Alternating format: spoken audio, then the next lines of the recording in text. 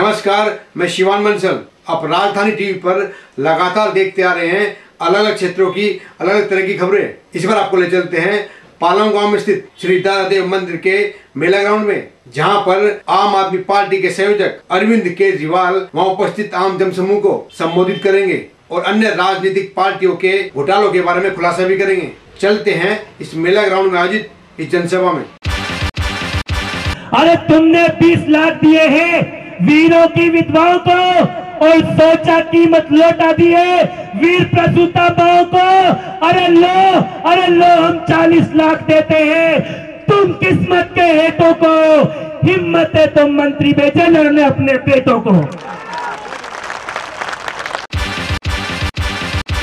कांग्रेस की रैलियों में नारे लगते हैं सोनिया गांधी जिंदाबाद, राहुल गांधी जिंदाबाद।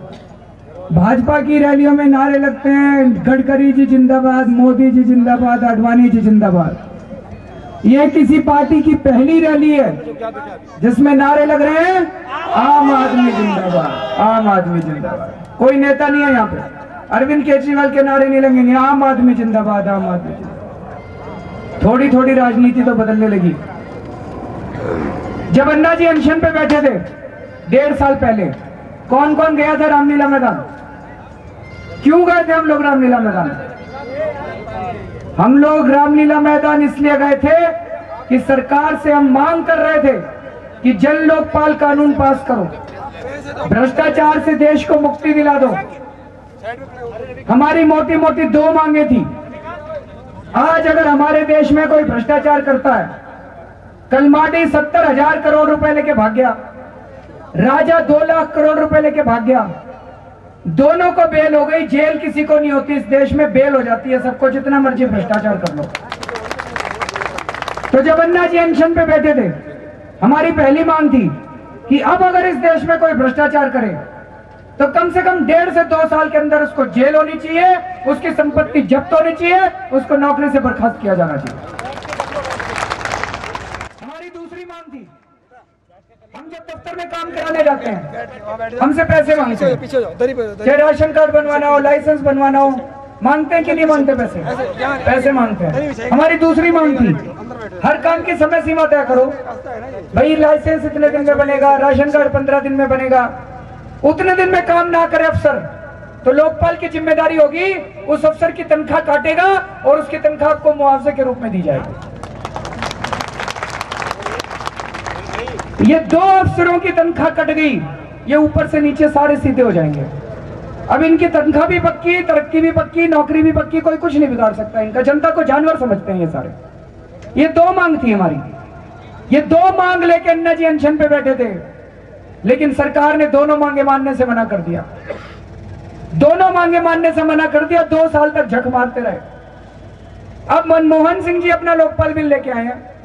1 साल रह गया चुनाव का, बेवकूफ बना रहे हैं। ये दिखाना चाहते हैं भाई हम भ्रष्टाचार के खिलाफ कुछ कर रहे हैं। मनमोहन सिंह जी के लोकपाल बिल में क्या है ये भी सुन लो।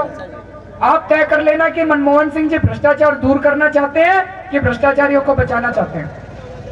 मनमोहन सिंह जी के लोकपाल में पहली बात तो ये दोनों बातें नहीं है। ना तो मनमोहन सिंह जी के लोकपाल में ये लिखा कि कोई भ्रष्टाचार करेगा तो उसको जेल भेजेंगे, उसकी संपत्ति जब्त करेंगे।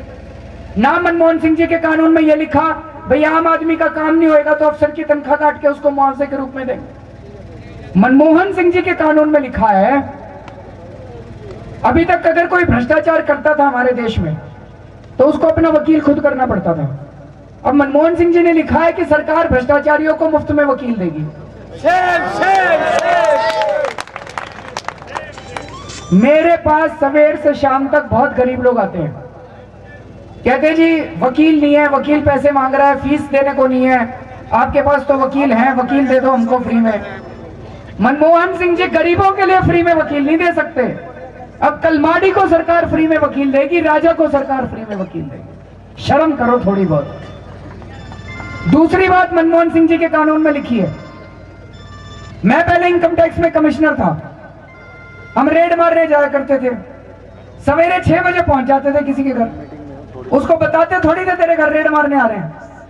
अब मनमोहन सिंह जी के कानून में लिखा है कि किसी भी भ्रष्टाचारी के यहाँ रेड होगी तो पहले उसको सरकार नोटिस देके पूछेगी आपके यहाँ रेड क्यों ना की जाए।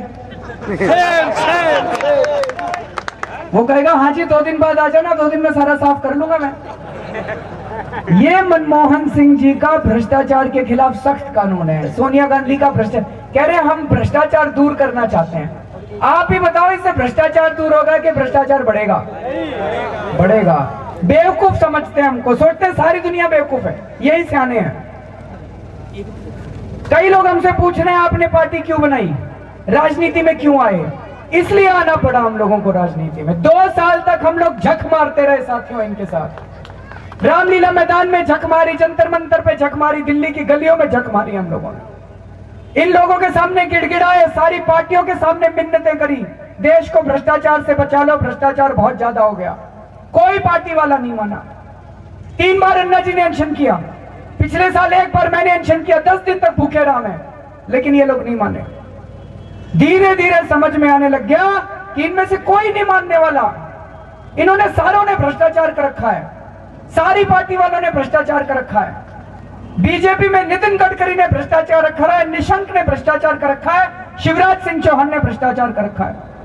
कांग्रेस में रॉबर्ट वाड्रा ने भ्रष्टाचार कर रखा है, सलमान खुर्शीद ने भ्रष्टाचार कर रखा है, चिदम्बरम ने भ्रष्टाचार कर रखा है, कपिल सिब्बल ने भ्रष्टाचार कर रखा है।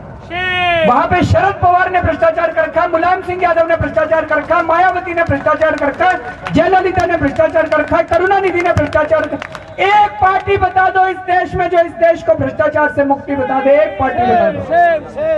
एक पार्टी नहीं है इस देश में जो भ्रष्टाचार से मुक्ति दिला दे। लालू है लालू। इसलिए हम लोगों को आम आदमी पार्टी बनानी पड़ी, इसलिए हम लोगों को आम आदमी पार्टी बनानी पड़ी। हमें यह साफ हो गया कि जब तक इस देश की जनता मिलकर अपनी आम आदमी पार्टी नहीं बनाएगी, जब तक इस देश की जनता मिलकर अपनी पार्टी नहीं बनाएगी, तब तक इस देश को मुक्ति नहीं मिलने वाली। इन नेताओं को और इन पार्टियों को जड़ से उखाड़ के फेंकना पड़ेगा। कई लोग हमसे पूछते हैं अन्ना जी अलग क्यों हो गए, अन्ना जी अलग क्यों हो गए। अन्ना जी को हमने बहुत समझाया कि अन्ना जी जब तक इस देश की राजनीति को साफ नहीं करेंगे तब तक इस देश को मुक्ति नहीं मिलेगी। अन्ना जी बोले राजनीति में कीचड़ ही कीचड़ है, हम गंदे हो जाएंगे। हमने कहा जी अंदर जाना ही पड़ेगा कीचड़ साफ करने के लिए। अगर हम गंदे भी हो गए, अगर हम गंदे भी हो गए तो यही मान लेना कि यही हमारी कुर्बानी है कि हमने अपनी इज्जत भी दांव पे लगा दी। लेकिन अंदर जाना पड़ेगा, ये राजनीति साफ करनी पड़ेगी साथ। अभी दामिनी का बलात्कार हुआ था, गैंगरेप केस हुआ था, आप लोग गए थे इंडिया गेट? इंडिया गेट गए थे।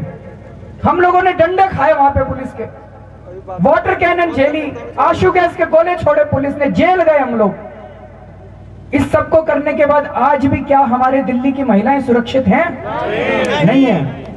आज जब सवेरे लड़की कॉलेज के लिए निकलती है तो माँ बाप का दिल धक धक करता रहता है वापस सुरक्षित आएगी कि नहीं आएगी। 3 दिन पहले मैंने पढ़ा था मंडावली के अंदर 2 छोटे छोटे बच्चों की हत्या कर दी गई। बच्चे सुरक्षित नहीं है, महिलाएं सुरक्षित नहीं है। क्यों नहीं है ये सुरक्षित? मैं आप लोगों को के साथ थोड़े से आंकड़े बताना चाहता हूं। हमारे देश के अंदर सारे विधायक और सांसद मिला के 4800 हैं। 4800 सांसद और विधायक, एमपी और एमएलए मिला के सारी असेंबली, सारी विधानसभाओं के। इन 4800 लोगों में 6 के खिलाफ तो बलात्कार के मुकदमे चल रहे हैं। बलात्कारी संसद में बैठे हैं, बलात्कारी विधानसभा में बैठे हैं। एक तो 141 के खिलाफ हत्या के आरोप चल रहे हैं, 90 के खिलाफ किडनैपिंग के आरोप चल रहे हैं, 45 के खिलाफ डकैती के आरोप चल रहे हैं।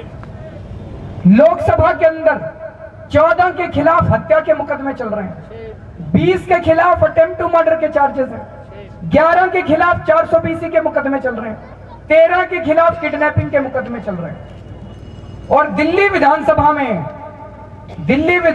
में 9 भाजपा के विधायक हैं जिनके ऊपर संगीन अपराध के मुकदमे चल रहे हैं, और 16 कांग्रेस के विधायक हैं जिनके ऊपर बलात्कार और हत्या के मामले चल रहे हैं।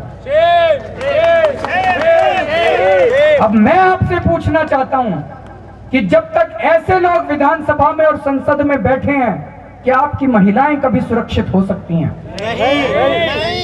इंसान से हो भाईचारा, यही पैगाम हमारा, यही पैगाम हमारा।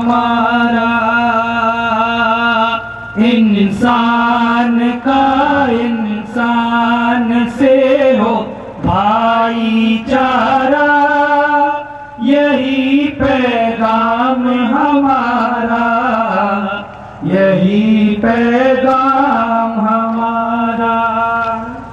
भारत माता की, आम आदमी, आम आदमी, इंकलाब, इंकलाब।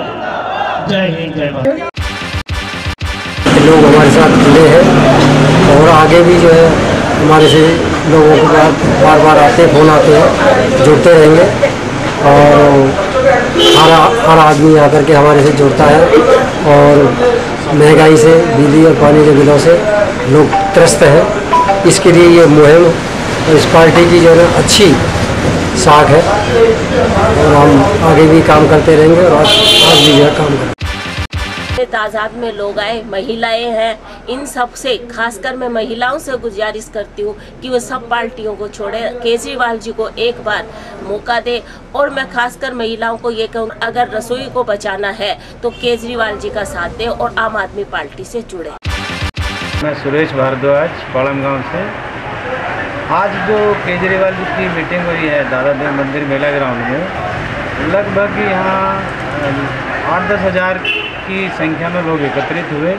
एकत्रित होने का मेन कारण दिल्ली के अंदर महंगाई से त्रस्त लोग बिना बुलाए यहाँ पर इकट्ठा हुए हैं। और जो ये इकट्ठा हुए हैं सिर्फ इसी वजह से हुए कि महंगाई ने लोगों की कमर तोड़ दी। अब इस कमर तोड़ महंगाई से दुखी होकर के लोग केजरीवाल का साथ दे रहे हैं। क्योंकि इससे तो साफ लगता है कि आम आदमी अब दूसरी राजनीतिक पार्टियों से उब चुका है। अब आम आदमी जागरूक हो चुका है और अब कुछ बदलाव की बात सोच रहा है। राजधानी टीवी पर बाकी खबरों के लिए लॉग इन करें राजधानी टीवी palam.webs.com या फिर YouTube पे टाइप करें शिवान बंसल, यानी कि SHIVAN BANSL बंसल, और आप देखें नई पुरानी सभी खबरें।